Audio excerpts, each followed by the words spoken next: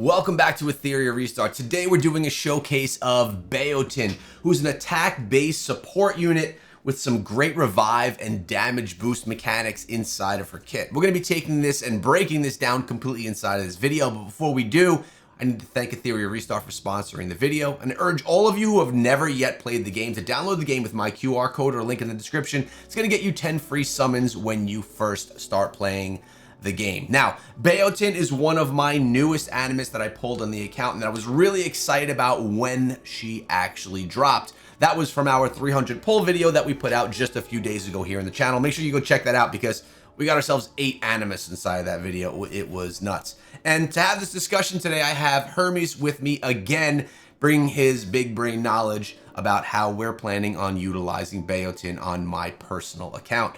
Hermes, what's up, man? How's it going, brother? Hey, it's going pretty good. Yeah, Beaotin is actually like a super and she was never one that I had known. Again, like I haven't had a whole lot of experience with her as far as like going in, like I didn't play with her in the beta or anything like that. But she, man, she is a really powerful, but also is like a very interesting, but also at the same time complicated kit. And you can really be hit or miss with those complicated kits. It's either like they're complicated for no reason, or they're complicated and it's really beneficial to you when you use her in battles. And so she has honestly has been an awesome animus to get to see and play around with, and I'm excited to see what you're able to do with her on your account because of the damage boosting that she can do. Yeah, man, I want to talk more about that and how she could be a benefit to the team. So I guess to do that, we should probably go through her kit. Why don't we start off with her S1 here, Bloom Sonata? Yeah, so the S1 is actually it's interesting because again, it's an S1. It's not one of these like crazy OP S1s or anything like that. But she is able to boost the turn meter of a single what is it, a single ally, yeah, with the lowest turn meter. And Yep. so what's really interesting is that as you level this up, is it gains so much value because it goes from 10 all the way up to 25%. Now, granted, 10% is good, but 25% is crazy good. I mean, that's a big turn meter boost to have on an S1 ability. So honestly, like as you get more lattice, and especially again, as people try to use her and see how they like her, and how they like using her in the game, and they have more lattice available, I think she is definitely one that is worth putting lattice into because of that S1 ability and how valuable that turn meter boost can really be. Now, my question is your S1 your favorite of hers? I don't think it is, but it does seem like something that Lattice is worth dropping into.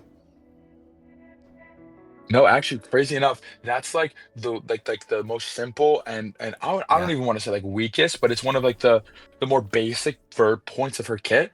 And so it just really just tops off a great overall kit on an S1. But no, I mean that's not even close. That's not even close. I know, and I love that because sometimes you'll get an animus where they have that one or two abilities or skills, I should say, that are really great, and then one that's absolute trash. So her trash one, her S1, still has some really great value as well. Let's take a look at that S2, which is Soul Whirl. So again, this is where you kind of get into like that wall of text, right? That complicated kit. Yeah. But the basic premise of this kit is that she makes one ally animus start their turn immediately. And what it also does is reduces their skill cooldowns by 1 turn. What makes this skill very, very interesting is this can be used on fallen animus. So let's say that your main damage dealer in either a PvE or PvP battle has died. She can bring them back for 1 turn, basically bring them back so they can you do one attack, Mm. which might be that turning point you need in a battle to really come through and win. Now it's super interesting, and we'll see more about this on her S3. But if she has any underworld flower stacks on her, she then revive. If that ally is dead, she revives them with 50% of their max HP. And that's really, really interesting with this, is that this can be used as a revive if needed, but if it's not needed as a revive, it won't be used. But her having those underworld flower stacks doesn't, it's not required for this skill to work. You only would just get 1 turn of that animus attacking as opposed to coming back and being able to rejoin the battle. Okay, so option 1 is they come back for 1 turn. Option 2, they can come back for more than just 1 turn. Is that correct? Did I hear that right? Yeah, yeah. So it basically just is can be if she has any underworld flower stacks, it just counts as a revive after they act. So Got it. after their action, they're just counted as revived. Okay, I love that. All right, cool. Um, is this one that you would consider lattice? Yes. So honestly, like if we're just gonna be like upfront, like her kit is like again, you can get some animus that's like, oh, you need like one skill or two skills Yeah. that need lattice, and then like there's these other ones gain a decent amount of benefit. All three of her skills really gain a massive amount of value when you're able to get put lattice into her. I mean, on this one, so instead of reducing the cooldowns by one turn, she reduces them by two turns, Yeah. and on a dead ally, reduces their skill cooldowns by one turn instead, as well as then obviously turning it from a 5 turn cooldown to a 4 turn cooldown. So this is almost a little bit like a budget version of Lily as well. The way that her kit works, this is an RGB, which is, it is what it is, but she has her own like version. Like obviously she has a revive aspect and all that kind of stuff. But this is another very powerful unit like Lily with that A1 turn meter boost and this ability to make an ally immediately start their turn and do an attack. Got it. Okay, now it's starting to make sense. Let's take a look at Karma Abyss, which is the S3. Now this S3 is valuable for speed, for like speed farming, dungeons, and shell drops, because what it does is it puts out increased attack and increased crit damage on all allies. And that is very, very powerful on an animus like her, because you're able to use this. She is your reviver.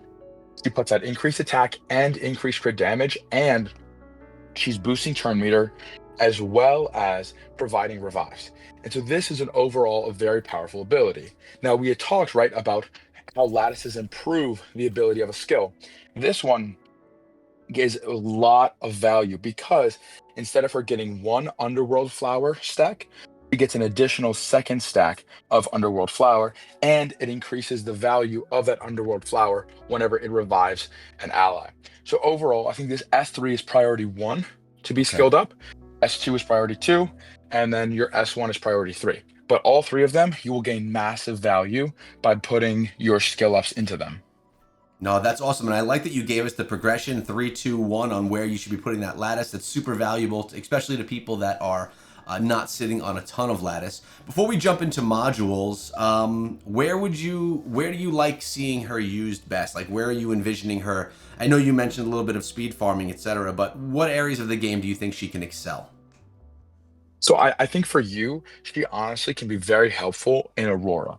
Aurora is going to be one that I think you will be able to use her in to speed farm because, and I think we've talked about this in a previous video about using Lilium and Didding in order to speed farm with in that dungeon. And so getting that increased attack and increased crit damage really adds another level of power boost to both of those animus. And so I think she'll be really good at speed farming as well as giving you a backup revive in case those animus are a little too squishy and you need a little bit of extra boost to get them back revived. That is really going to be valuable for her and again for them mostly in that kind of a battle. Got it. All right, that makes a lot of sense. Let's move on to her modules. You can kind of show us, talk us through what she's wearing and why. So the biggest thing is you're going to be looking for speed. So it looks like you've basically put her in some of your fastest gear. Mm-hmm. Still got a couple of those pink pieces, which I think you can really swap out. I'm just assuming you wanted to get the full 12 Swift Rush. I think that Swift Smite is going to be another one that's going to be good, give you some additional speed, depending on which modules and which shell you'll be able to put on her.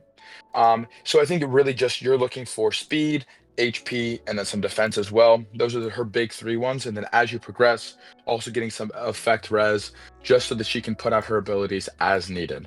Yep, makes a lot of sense. And then when we go take a look at her shell right here, currently have her in Artisan. Do you like it or no? I think Artisan is okay on her. I think it's not one of the best. I think that one you'd be really good at, and I know I've said this a lot for a lot of animus, but Gigabyte I think is a really good one for her because Okay. that S1 has the ability to boost up the turn meter of other allies as well as being able to then cycle around to her revive. I think that's the best one. I think this one is good if you're trying to look again to make your team a little more survivable, giving those big Artisan shields. I think Lighthouse is another good option on her. So it just really depends on what you're trying to build out. But I think this is, it's not a bad shell to have on her. Cool, man. I appreciate the guidance on all of this and the vision. What we like to do here on the channel is give you the plan, right? We just pulled this Animus a couple of days ago in the account. We're giving you the plan on how we anticipate I'll be using her on my account, how she's going to be built out. Then when we start executing on that plan, when the build starts becoming complete, we start getting her in those runs, then I could feature her in that next level. So you guys can kind of take the journey with us as we go from unlocking her, planning for her, building her, and then actually utilizing her to be the best as she could be inside of the game. Before we get out of here, I need to again thank Etheria Restart for sponsoring the video. If you haven't played the game, download the game with my code, gets you 10 free summons. Any last things, Hermes, before we bounce for the day?